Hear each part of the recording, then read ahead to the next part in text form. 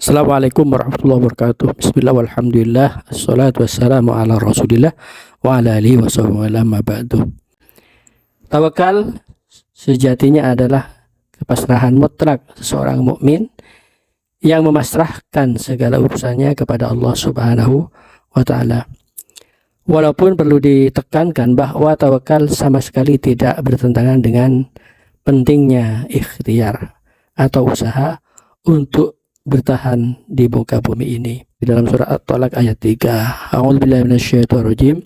Wa may yatawakkal 'alallahi fahuwa hasbuh, innallaha balighu amri, qad ja'alallahu likulli syai'in qadra.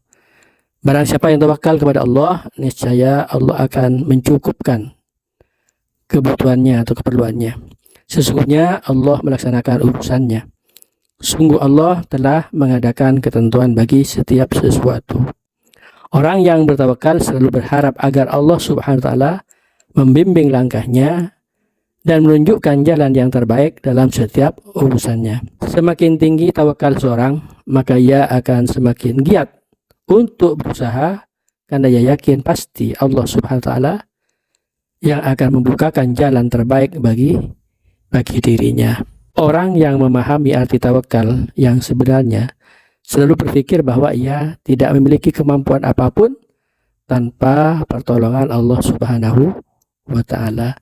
Sehingga ia tidak mudah pesimis, merasa kecil hati ketika ia gagal, karena ia yakin di balik kegagalan itu ada rencana yang lebih indah dari Yang Maha Kuasa.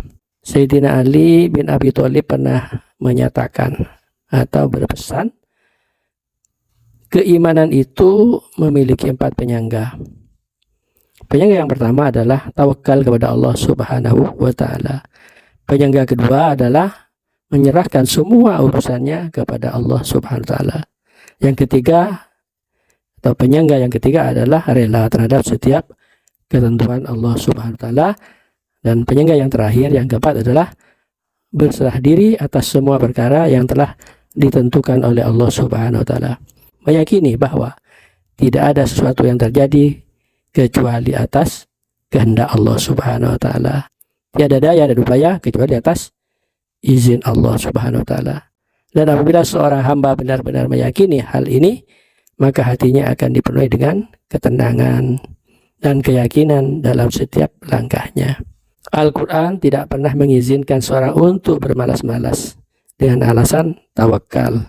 Sesungguhnya Allah Subhanahu wa taala menggandengkan antara usaha dan tawakal. Karena usaha saja tidak cukup. Usaha harus disertai dengan pertolongan dan bimbingan Allah Subhanahu wa taala.